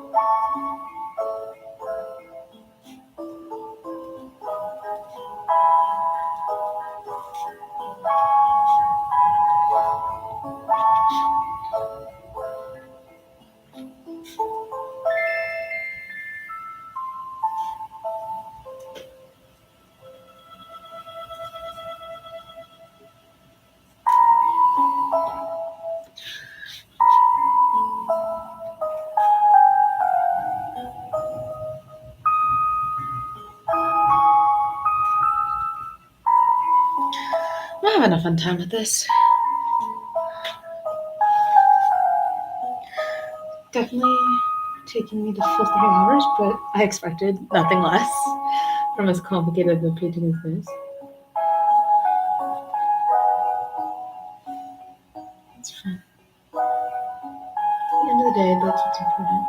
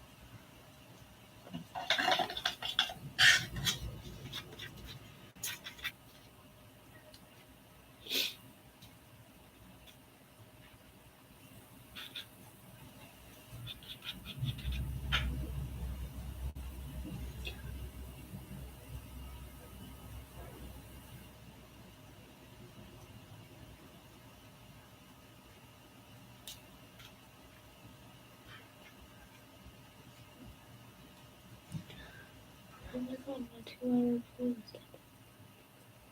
No.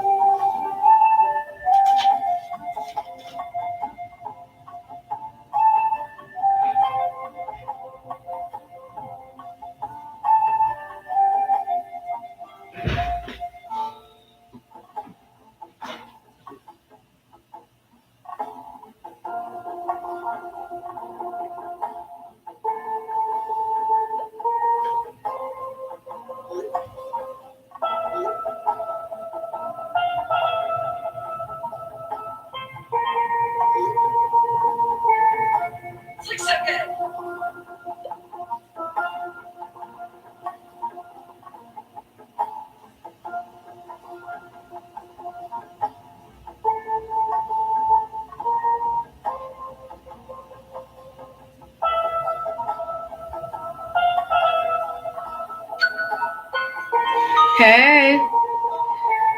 So sorry. How are you doing?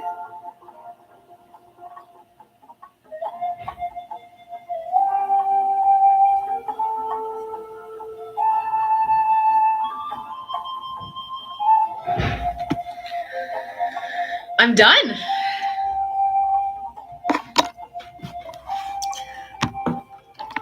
Zach got it.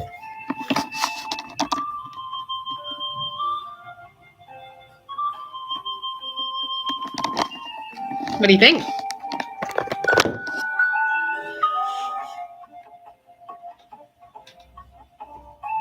Thank you.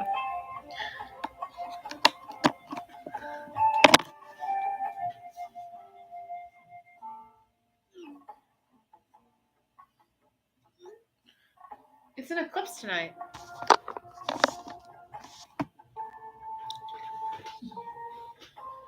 Okay, but where am I gonna put this 3 of diamonds? I guess on the left corner. What color though? There's so many colors.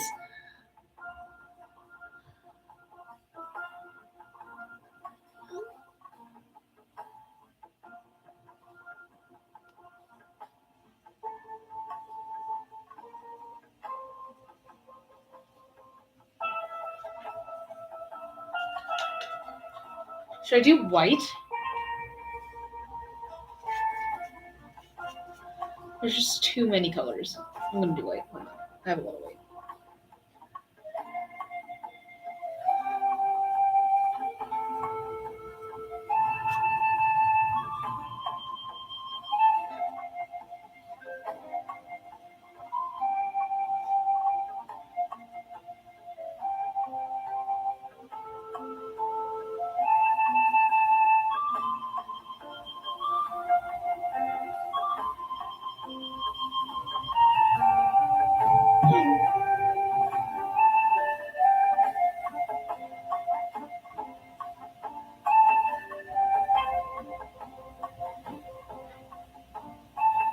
Pretty sure that's not what the 3 looks like. Do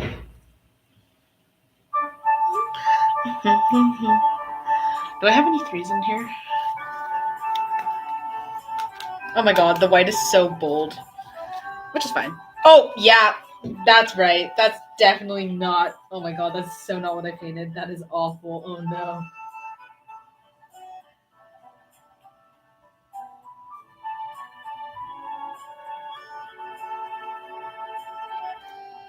Yup, this is correct.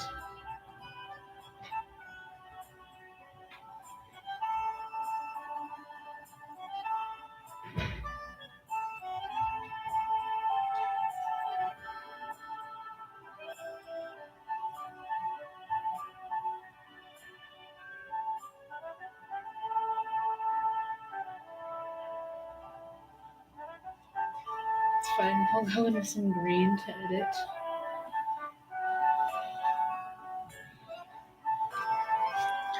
I know. The Pokemon playlist, which honestly was so good, ended.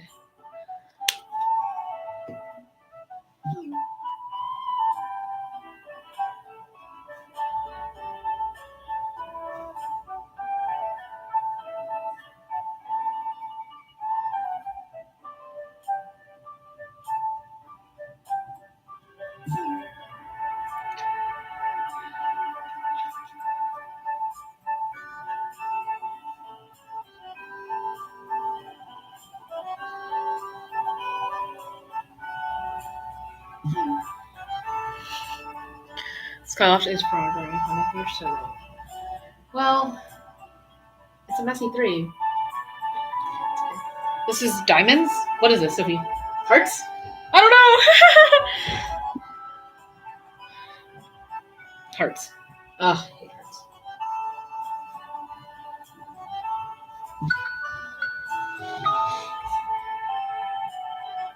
It's red right now.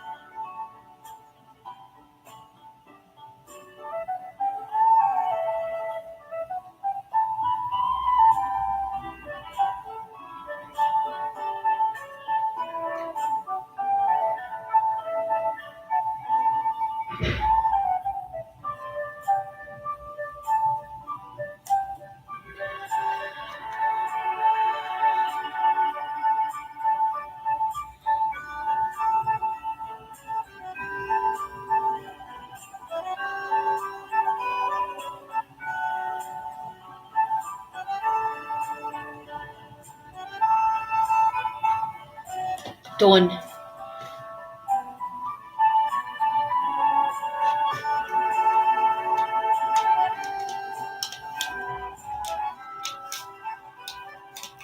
This is so much paint on it. Ready? Can you see it?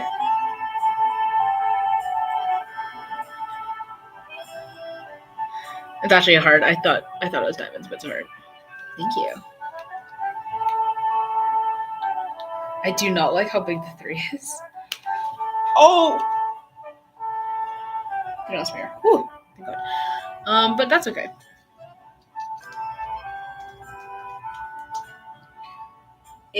This is a full-on scene. Oh my god. That's good.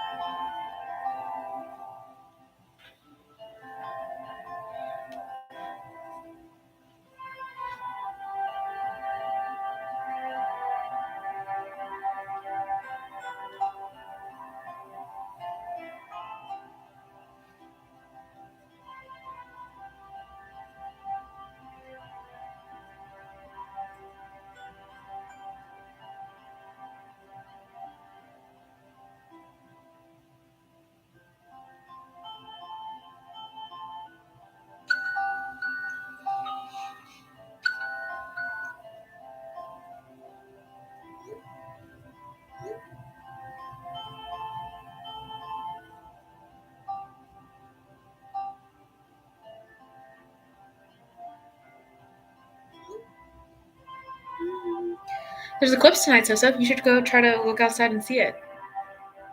It's red.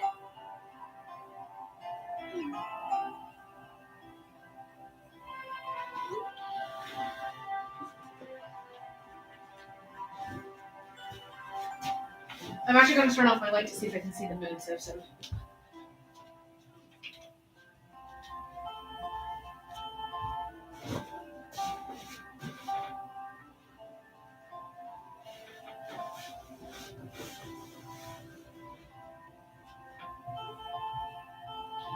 Okay, so. I'm going to leave. Thank you for coming to stream. Bye. And it is noticeable. Bye-bye.